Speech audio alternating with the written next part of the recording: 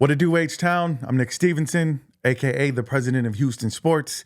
He's Ruben Calvillo, a.k.a. Mr. 713 himself. And this is the Twin Toros podcast. Let's get it.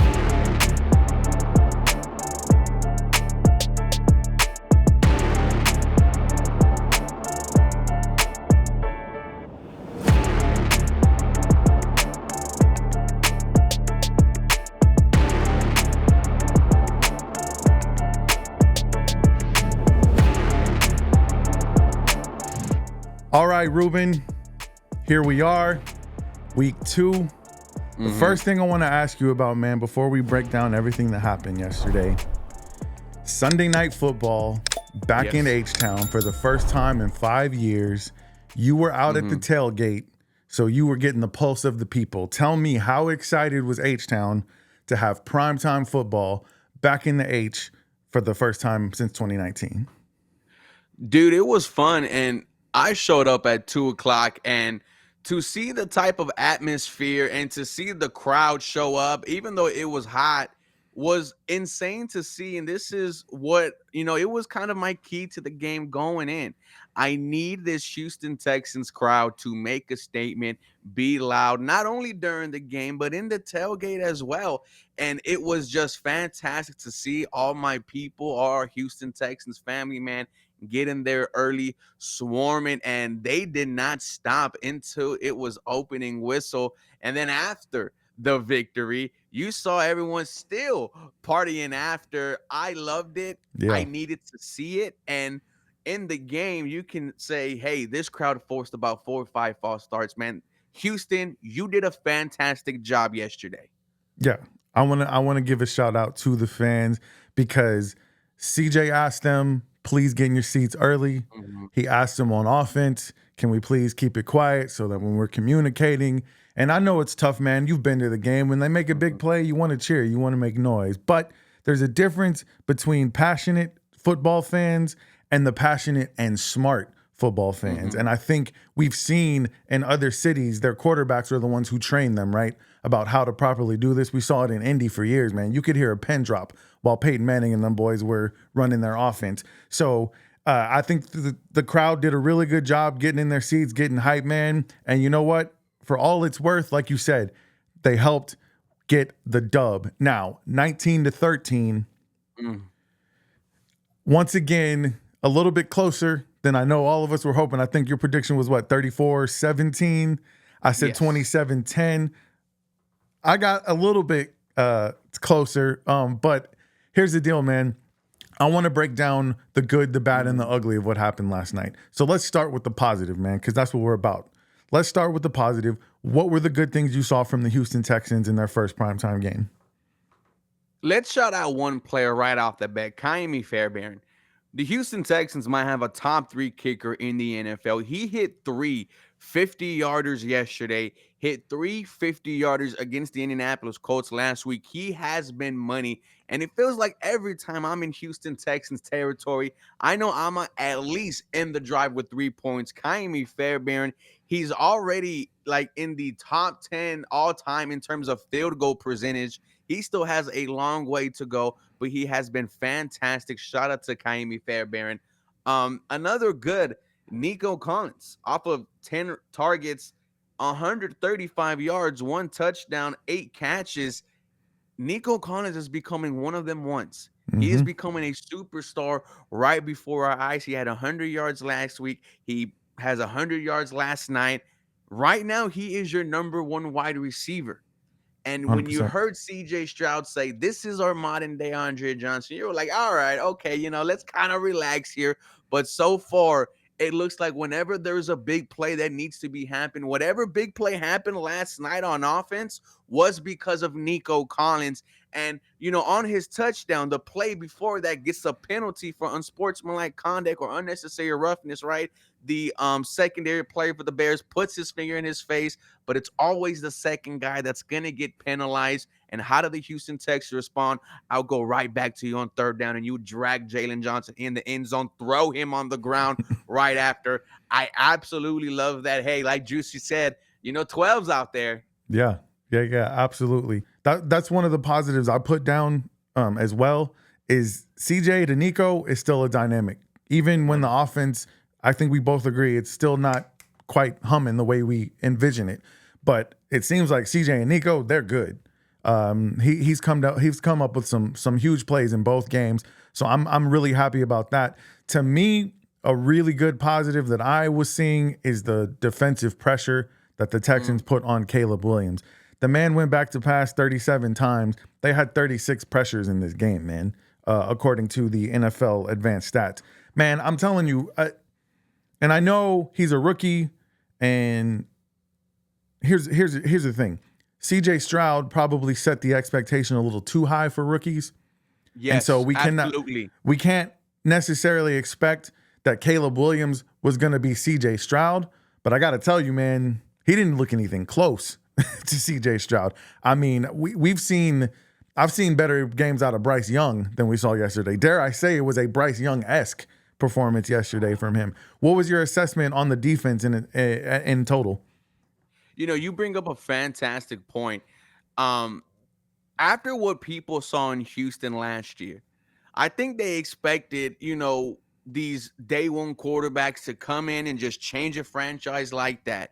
It's just not the case. And that's why I say you don't really know this Houston Texans team unless you are a diehard fan, because it wasn't just bringing in CJ Stroud. It was the hiring of D'Amico Ryans. It was trading up for Will Anderson Jr. It was bringing in Bobby Slowick. The Houston Texans, I know it's been a fantastic turnaround. It's not going to be easily replicated, right? That's why we have, we had so much talk from the Indianapolis Colts fan about Anthony Richardson and how horrible did he look against the Green Bay Packers. We saw the Tennessee Titans all in the offseason talking about Will Levis and how amazing he's going to be. Now they're talking about benching him. Definitely not the guy. Not everyone can be the Houston Texans, Nick. You bring up a fantastic point there. Yeah, this defense was on fire last night. I mean, the swarm mentality was there on 40-plus dropbacks, and you put up 36 pressures. Caleb Williams was running for his life. This defense is the reason why you won the game. And with your edge rushing combo duo of Will Anderson Jr. and Danielle Hunter combining for 3 sacks, and they each would have had one more if Caleb Williams wasn't so slippery. This is exactly what you wanted to see from those two. Yeah, you 100%. saw Mario Edwards Jr. gets another sack. You saw your 2 starting cornerbacks get interceptions. This defense was on fire last night. And, it felt like it was, hey, Caleb, welcome to the NFL. Yeah, for sure. 7 sacks, 2 interceptions. Really should have been 3, man. I wasn't a fan of the holding call on Toros. I thought that was really ticky-tack, for sure. But, man, speaking of players who I thought played really, really well in this game, Henry Toros has been incredible, man. He looks fast. He's always around the ball. I know he's not the biggest linebacker, man, but he's a perfect example of what D'Amico Ryans is all about, and that's taking someone who most people thought was maybe just an average player. I mean, don't get me wrong. 202 was what, a 3rd-round pick? Second? 4th later round pick. Yeah. But man, he looks really good, and that's what D'Amico has been good at doing, is finding diamonds in the rough and coaching them up. So I can't wait to see what this defense looks like with a healthy Christian Harris when he comes back. Because I gotta say, man, of all of the things I have that are concerning to me about the Texans, Jimmy Ward played a lot better. So after week 1, obviously we were concerned about Jimmy Ward. But most of my concerns about this team are not on the defensive end of the ball. And that's a good thing, because the defense we have expected to be secondary to the offense because of all of the additions. But you hit the nail right on the head, man. Danielle Hunter and Will Anderson Jr. are a problem, bro. Even when they don't get sacks, man, they are just affecting the game in so many ways. And the front 7, I'm not worried about. I was really happy. I thought Stingley could do a little bit better tackling last night. If I had to be critical about anything, he missed a couple of point blanks. And I thought that Kamari Lassiter looked a lot better, man. In zone coverage mostly. He got hurt a little bit on man-to-man, but dude, that's going to happen. And what I like about him is he's got a short memory, man. He's not worried about it. Somebody makes a catch on him, he's going to compete the next play. So the defense, I'm not really worried about. And like I said, CJ Tanico looks really good. Let's talk about some of the things that were a little bit concerning. The run game. Now, Mm, credit has to go to the Bears defense, right? That's what they do. They stop the for run. sure. But I do believe that as good as our offensive line looked in the run game versus the Colts, which we now may have been overestimating how good of a run defense the Colts have based on what they did yesterday. But I thought our offensive line looked a little bit overmatched in the run game yesterday. What did you see? No, I mean, I think the offensive line was horrible all around. They just had trouble protecting CJ's shot. He was sacked 3 times. He looked frustrated. And then just could not create lanes for Joe Mixon or, Cam Akers was, successful until that fumble, but just a inconsistent day for this Houston Texan offense. This is now in back-to-back weeks where we're saying it doesn't, this offense hasn't clicked just yet. Right. Right. We were saying, oh, each one of these wide receivers is going to have 100 yards at any given Sunday. And so far, it's only been Nico Collins. Stephon Diggs, a non-factor. Tank Dell, probably the, worst game of his career. But the offensive line was a letdown. And here's the thing: you also have to give credits to Chicago Bears defense. They have Mm-hmm. a very good front seven, 2 great linebackers, a good secondary. And what you do like seeing, though, is that when the offensive line needed to do their job, they did. There was multiple 3rd and longs where, Yeah. they were able to convert, and, you could put all the credit on CJ Stroud for him just escaping and things like that. I Yeah. need to see this offensive line be better. You have to remember all the investments into this offensive line, multiple 3-year contracts, Mm-hmm. multiple first-round picks. This is their second game starting. So, you do have to give them some slack there, but I don't know how much longer I am going to be giving them that. Yeah. The first 1 to 4 weeks of the NFL is very weird, but you need to see this offensive, line clicking. And here's the thing: they have another tough task next week against the Minnesota Vikings. Brian Flores has that defense firing on all cylinders, man. The Yeah. offensive line was disappointing. The passing attack was disappointing. The whole offense was disappointing. Yeah. Yeah. For sure. For sure. And that streak of games where our offensive line played together once again was struck short because Drew Scruggs did not play Drugs, last night. And look, Patterson had a really good season last season, but he struggled a little bit last night as for well. sure. This is what I like about Bobby Slowick, though, is he didn't abandon the run in Yes. comparison to what we saw from Shane Steichen last week. He didn't Mhm. abandon the run, and that's why I fully believe the way they were moving the ball on that final drive where Cam Akers fumbles, if he holds on to the ball, we're getting in the end zone because Yes. Bobby Slowick didn't give up on the run. He kept hammering the run. All of a sudden, it's like pounding meat, man. It starts getting more tender and more tender. And we saw in that fourth quarter, they were starting to get some things going. And so that's what I was encouraged by. I feel like if Joe Mixon is in there, we probably score a touchdown. Now, we'll have to get into the Joe Mixon situation a little bit later. I don't want to get ahead of ourselves, but that was one thing that I was encouraged by. But like you said, overall, it wasn't a great performance. Mhm. We saw CJ pull a few rabbits out of the hat, which if I don't know about you, man, but even though stat wise, like he's not throwing 5 touchdowns for 400 yards, but CJ looks like a more developed and more mature quarterback. What do you think? No, absolutely. And, you're not asking him to carry the entire offense like he did last year. This is why it's so awesome to have a kicker that can boom it from 50 yards and I'll hit 2 from the logo. This is why last week you had a running game and, the Houston Texans abandoned the pass last week and just gave Joe Mixon, force fed him at the end of the game.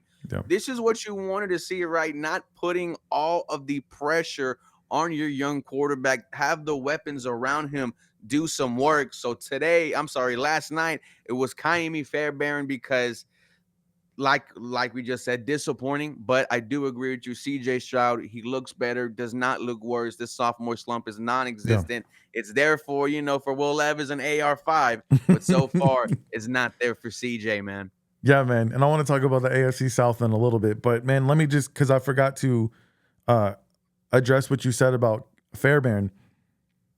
Let me tell you, man, I know when he kicks a 50, 55, 61-yard field goal that fans, we want touchdowns, right? But I'm telling you, most other teams, in that situation, they're punting the ball away. So if Yeah. you got a guy, like you said, who can boom it from the logo, then that is an advantage. Eventually, this team is going to start getting into the end zone. And once they start getting into the end zone, when they do have those drives that maybe we get just past the 50 and we're playing against some of these better teams that are getting stops in that area, it is an extreme luxury to have, to be able to know you've got a guy. Now, keep in mind, he's indoors. We'll see how he does in the elements. But look, you play indoors, so that's all you're really worried about until you have to go on the road. And in that situation, that's when you let the coaching decide, hey, are we going to go for it at this part of the field? Are we going to punt it away? What are we going to do? But yeah, I think he's a huge weapon. I was a little bit disappointed in Townsend. I thought he had a good game week one. Couple of He had a couple spotty of shanks, punts. man. He had a couple of shanks. And I got to tell you, man, I can't remember his name, but the punter for the Bears, that dude is a weapon. He was booming them, man. So, and I think he got drafted in like the 4th round. So obviously that's the reason they did it. But special teams, man, I like the way Steven Sims, if we can clean up the penalties from Boyd, I like the way he's returning. I think Damian Pierce is that where he injured himself on the first kickoff of the game? Because he was not supposed to be inactive. I'm not sure, to be honest with you, when DP got hurt. Yeah. I'm kind of wondering if he's going to suit up against Minnesota. You're kind of hoping so, right? With with some uncertainties with Joe Mixon. I'm not sure when DP got hurt, but with Steven Sims, I think he showed you last year that he can be a weapon, right? In the playoff game against Baltimore, put up, your first touchdown. Yeah. So you want to see him get more opportunities. You want to clean up that football. Frank Rice is going to get all that situated. Frank Rice is a damn good special teams coordinator, a future coach in this league. I believe that for sure. Yeah, 100%. And man, like I said, I mentioned penalties. The Texans had 12 penalties for 115 yards. Good teams don't do that, man. And I thought last week they did a really good job of not having penalties. And it just seemed a little bit undisciplined this time around. Here's what I am encouraged by. Last season, the Texans were not sharp in their first 2 games, and they lost both of them. This year, the Texans have not been sharp in both of their first 2 games, and they got dubs in both of them. Add on top of that everyone else in the AFC South is 0-2. And right now, the Texans are sitting in a pretty good spot, man. Now, there is a jump in competition coming up. By the time we get to week 5, Josh Allen is going to be here. And hopefully by then, we're clicking on all cylinders. But you do have some time to kind of get right. The penalties are the one thing, man. I love Laramie Tunsil. But it seems like if you can bet an over-under on how many false starts he's going to get now every game. I want to talk about specific players in this game that you want to shout out, and I'll shout out a couple players who you feel like have stepped up their game big time this season. I want to shout out one guy, and that's Azeez Al-Shaair. His moment on the sideline after he just obliterates Caleb Williams. Welcome to the NFL, son. And, gets into that altercation with the entire Chicago Bears. Now, I'm not going to say he was right for immediately stepping up and just socking the first bear he saw, but I'm pretty sure when he was getting up from the ground, he was probably getting stepped on. He was probably getting told all types of crazy things, but I loved it, and I loved it because this is Houston. You're not just going to walk in here and try to disrespect us and try to beat us. And after that, you saw this defense really get hyped up, right? You saw this crowd react to that. And this is one of your biggest acquisitions in the offseason, a captain for your team. And it hit a little more seeing that C on his chest because that's what you want to see from a D'Amico Ryans defense. Fearless, swarm, and the entire defense showed that yesterday, all 4 quarters. Shout out to Azeez Al-Shaair. He had, I believe, 10 total tackles, a tackle for loss, a sack. You brought up Henry To'oTo'o earlier. Dude, in the absence of Christian Harris, Henry To'oTo'o has risen up to the occasion. He's had a fantastic 2 weeks. Was a force for you yesterday. Was your leading tackler. This is how you know D'Amico Ryans is that guy. The development of your late round draft pick, he had to fill in. And when Christian Harris comes back, you have Henry To'oTo'o slide into that 3rd linebacker role. I am loving that. Yeah, for sure. Kamari Lassiter, the rookie. I gave him all types of, crap about him dropping 5 interceptions last season. I used to have this joke saying that he can't catch a ball to save his life. And man, did he make me look stupid last night. I mean, on Yeah. the first would have been interception. Basically was the wide receiver. Fantastic hands right there. And Hmm. then on the second one, just a heads up play, just understanding that this quarterback can scramble, this quarterback could break sacks, and took advantage. INT SEC football, man. Kamari last year, like you saw him with the big lock, pinned it at the end. What Yeah. about Jalen Petrie? Yeah. This dude, if you catch a ball in his vicinity, he is gonna take your head off, and I love it. I love that they picked up the flag after he just obliterated Cole Kmet. Yeah. Just a clean tackle, but a vicious tackle. You love to 100%. still see that in the NFL. The experiment of Jalen Petrie has worked out, having him closer to the line of scrimmage. He has been a threat in the run game. He has been a threat in the pass. Shout out to number 5 for getting it working. Yeah, and shout out to the coaches, man, for recognizing that and putting him in position to succeed. That's what I love Mhm. about D'Amico Ryans and this coaching staff. I want to shout out Mario Edwards Jr. Dude is balling. I know when Danico Autry, we found out about his suspension, that was a concern that some people had about our tackles, but him and I'm gonna give flowers to Foley Fatukasi as well, man. Those dudes are balling out, man, and they're getting pressure up the middle. Now I know the offensive line of the Bears is not good. Don't get me wrong, but we've seen 2 games of them consistently getting pressure up the middle, man, and that is how you're going to be successful in the NFL if you can get that pressure right in the quarterback's face, man. So I want to shout them out. Also, man, Cade Stover. We talked about him last week. That is my dude. He is just a plug and play wherever you need him to go. He's going to go there. He's out there throwing blocks. He's out there catching passes, man. I was super impressed with the way he's been playing, man. And I think he's going to be a force to be reckoned with for a while on this team.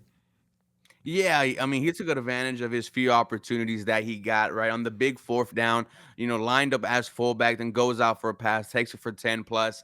And then I think it was a couple plays later on one of the Tank Dell reverses was the Yeah, leading blocker there. You love to see that from your rookie, right? Someone who we know probably wasn't going to be used a lot in year one, but shout out to Bobby Slowick for finding a way to use yeah, all these tight ends because all of them, Dalton Schultz, Brevin Jordan, Kate Stover, have all lined up as a fullback, have all been used as a fullback in terms of yeah, blocking for Joe Mixon or Cam Akers. So I like this tight end group. We saw Dalton Schultz get 1 catch. I'm sorry, 2 catches, but one of them was pretty big, a big first down. yeah, Took us into the red zone. Yeah, Kate Stover, he's had another game of 1 to 2 really nice plays. yeah. And that's got to make you feel confident, right, Ruben? Yes, it That does. this offense is going, when it breaks out, when it finally gets it together, man, it's going to be scary. And if you can combine that with the intensity that they bring on defense, listen, man, like I said, there's worse ways to struggle. We could be 0-2. We're 2-0. We got a 2-game lead in the division. Mhm. So I'm super excited. I want to talk about Joe Mixon and this hip drop tackle, man, that the NFL says they're trying to eliminate from the game. Mhm. We saw a perfect example of everything the NFL says they want to get rid of. Joe Mixon gets his ankle rolled up on in the process. I know he's had an MRI today.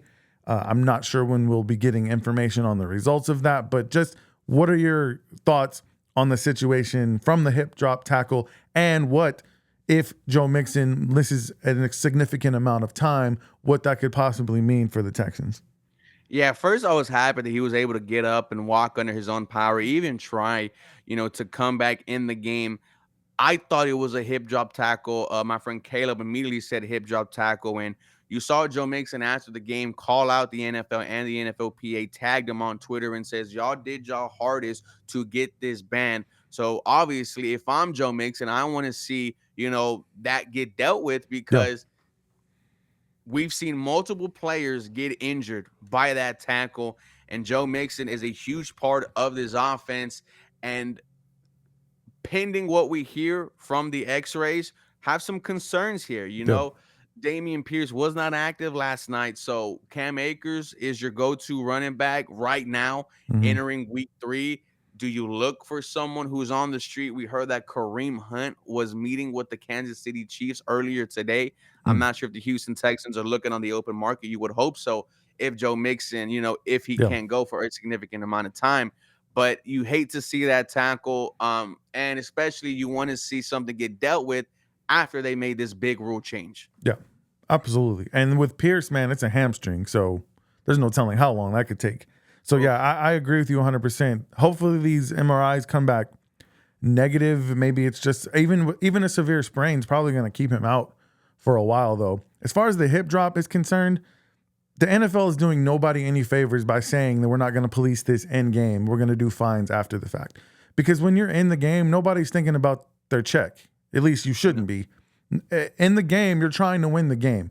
And that's why I feel like there should be some type of punishment for the hip drop tackle in game. I'm not worried about somebody getting a fine later. That's not helping us in the game. And I know even if he gets hurt, a penalty is not going to make him not hurt, but you got to find a way to incentivize these guys. Don't do this because it's going to hurt you immediately. Not when you get home, not next week on your paycheck. Like, it's going to hurt your team right now. That's the only way I think you're really going to get rid of it. And the NFL is going to have to take a look at that for sure. Go ahead. No. I was gonna say I 100% agree. If players start getting 15-yard penalties for these hip drop tackles, we'll see them, dwindle down week by week. Cool. All right, let's do some player grades. Um, I want to start with Danielle Hunter. What's your player grade on Danielle Hunter? I mean, you haven't given him an A+, right? 1.5 sacks. Should have had one more. Caleb Williams wasn't so slippy, but that led to the interception by Kamari. You see his full sack, and it came when the Chicago Bears offense was trying to come back, and he made the right tackle look absolutely silly. Gave him a stutter step, and just absolutely devours Caleb Williams. And he was just, all he saw was the sky because the NRG roof was open. He had a fantastic game. You saw him be dominant against the run. This is why you gave him $48 million guaranteed, right? You bring up Mario Edwards and Lorenzo Fantucansi. They are loving the fact that they have two edge rushers who could just create so much havoc and give them opportunities. Danielle Hunter was fantastic yesterday, and I can't wait for more. This dude, people forgot he had 16.5 sacks last year. Yeah. And I'm excited. He gets to go up to Minnesota and face his ex. I believe we'll be seeing Jonathan Grenard. So that's going to be an interesting night, man. Cashman had a game and yesterday. Cashman, yeah. A lot of people, and this is how I know people aren't paying attention to this team. I saw an article that the Texans are regretting bringing in Alshire over keeping Blake Cashman. Look, Blake Cashman was a very, very good player for this team. I believe that number one, D'Amico went to go get Azeez Alshire for a reason because he wanted him to be the captain that he is in the middle of that defense. Speaking of him, though, and you brought up the altercation he had, I know that's going to cost him in the wallet. Is that going to cost him a game? Do you think the NFL will suspend him? Because when you look at it, like, it really was 1 versus 53. And, some Chicago Bears guys, they got their licks in. I definitely think he gets fined. I don't think he gets suspended. But because he threw that punch, you never know. Yeah, and that's the part. I know that D'Amico loves the intensity, the swarm mentality, and he wants the toughness. But D'Amico, he talked about it when fights were breaking out in practice. There's a line that he doesn't want them to cross. And he said, when they had that fight in practice and he was asked about it in that press conference, he said he doesn't like it when they fight in practice because are you going to do that in the game? Because if you do it in the game, it's going to hurt your team. And I got to say, man, Alshire is lucky that he wasn't penalized for that because he might have been thrown out of that game. It might have cost yards, and maybe the Bears end up getting in the end zone. Who knows? So I love the intensity. I am a little bit concerned about going into next week with no Azeez, no Christian Harris, possibly no Joe Mixon. But at the end of the day, man, it is all about players who step up when the moment calls for it. Speaking of which, let's go ahead and talk about some players on this team that you would like to see step up and play better than they have been. Let's start with the first one. Tank Dell, we just really haven't seen it yet so far, and it feels like we're just waiting for a Tank Dell explosion. I mean, you could say the same about this entire Houston Texan offense.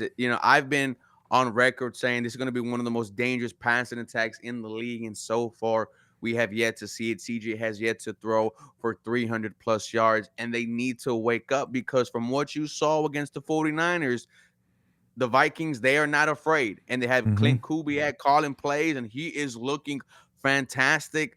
It's going to be real interesting next week, but with Tank Dell with this passing attack, you need to see it get going. This is what you were excited about all offseason.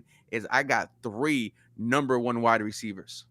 Yeah, for sure. I said last night I wouldn't be surprised if Tank Dell had unprotected sex last night, because he couldn't catch anything. That was tough, man. He couldn't catch nothing, man.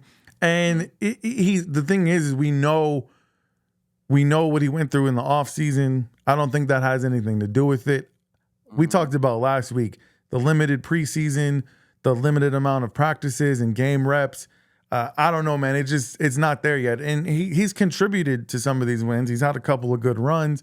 And in his first game, a couple of catches. But yeah, he hasn't been that wow deep threat, that wow, hit him in the flat and let him get 15, 20 yards on his own. We just haven't seen that from him yet. So I agree with you 100% that he does need to step up. I had Jimmy Ward on this list. I thought he played better. He didn't have any super embarrassing plays, but you also got to give credit to the fact that Caleb Williams had no time to do anything.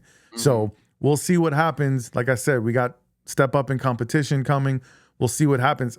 Sam Darnold completing 72% of his passes, man. Like, he looks like a completely different player. So we got a step up in competition. We got the Jags coming up in a couple of weeks.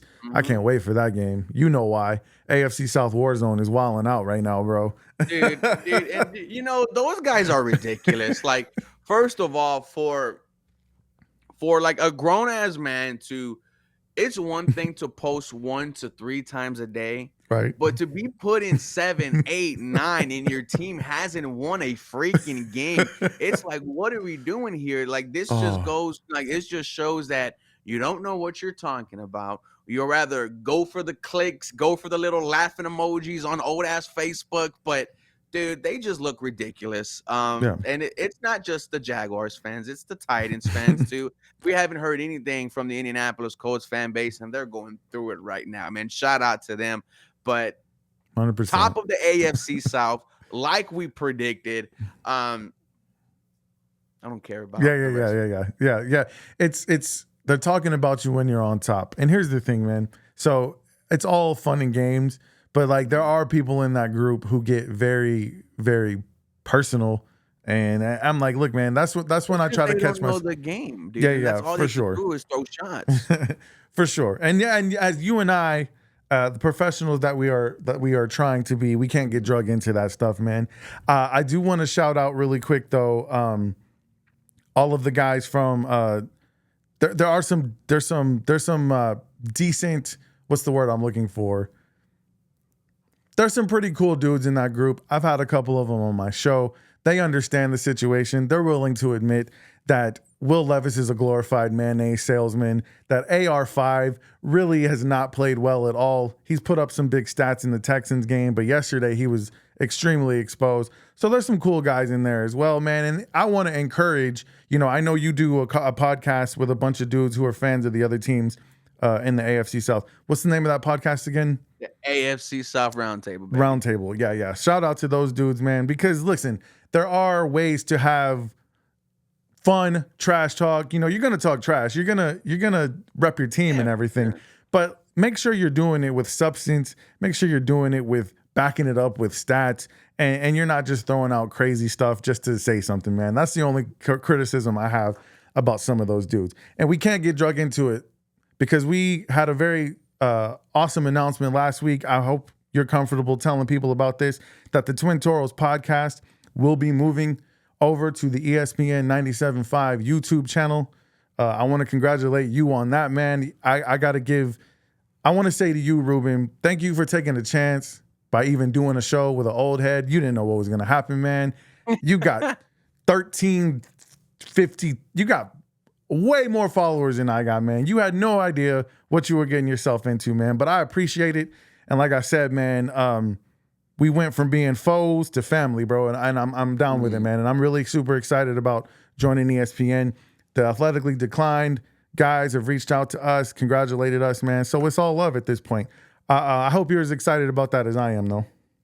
Man, I'm ready to take over, Yeah. and the round table, they have this great saying, real coverage from real fans, and I just cannot wait to give Houston a fresh perspective, someone who grew up in the H, who's been a fan of all three teams. I know I only talk about the Texans, but all three teams, the Astros and the Rockets as well, since I was born. Yeah. And I cannot wait, man. And here's the thing, Nick, like, when you could drink a beer with someone after, going to battle with someone, that's how it's a good relationship. It's a strong relationship. And I looked you right after, shake the hand, and say, hey, man, great job. There you go. So I For was sure. excited. I knew this was going to be fantastic. And I just can't wait to, to show off our skill set even more. Yeah, man, absolutely. It's going to be a great opportunity. So we're not going to get too heavy into the Vikings game because we're going to do another video on the Vikings game. We decided that's how we wanted to handle that. But just tell me real quick, what matchup in that game are you looking forward to not only seeing but breaking down after the fact? It's LSU versus LSU. It's arguably the best wide receiver in the NFL against Derek Stingley, the former number 3 overall pick in the draft a couple of years ago. These guys used to go at it in practice every single day, and this is going to be a fun matchup. Could you imagine, Nick? Like, okay, like, I'm not going to say we're going to contain Justin Jefferson. Hell, he still might have 80 plus something. But let's say Derek Stingley wins a couple reps. Let's say he makes a crucial stop. We're going to be feeling a hell of a lot better because this is one of the best wide receivers in the game right now. We might be watching a Hall of Fame wide receiver in Minnesota. That's how great Justin Jefferson is, right? You got to give him his flowers. Dude, 100%. he might be an got a all-time great when his 97-yard career is all touchdown. said and done. Yeah, he caught a 97-yard touchdown yesterday off of, man, he's a beast. And then the ref who was running with him the entire time. I'm not sure if you saw that. No, I must have missed that. But I'm telling you, man, he's a beast. He's gonna be a problem. They better start watching tape early, man. And you took the words right out of my mouth. That matchup between him and Stingley. I know they don't move Stingley around a lot, but I'm hoping he's everywhere Justin Jefferson is. I hope Stingley's right next to him, man, because that's going to be a test for people like Kamari Lassiter for sure. So I'm looking forward to that matchup 100%. Man, this was super fun. I can't wait till we do our next video. I can't wait till we hook up and meet with the ESPN guys, get all that stuff situated and make a plan. And you guys will be the first person we let know. But we're super excited about making the move. I want to remind you guys really quick to follow Ruben Calavillo at 713 Houston Sports on X, at 713 Sportscast on IG, 713 Houston Sports on TikTok, and you're already on his YouTube channel. Don't forget to hit subscribe, hit the notification bell. Make sure you don't miss a single one of his videos or a single episode of the Twin Toros podcast. You can find me at Houston Sports State of the Union podcast on YouTube, on X. I'm pod host Nick on TikTok, and I will make sure that all of our links are in the description of this video. We thank you guys so much for joining us for this episode. In the meantime, y'all stay 10 toes down for the H. We'll see y'all next time. We love you.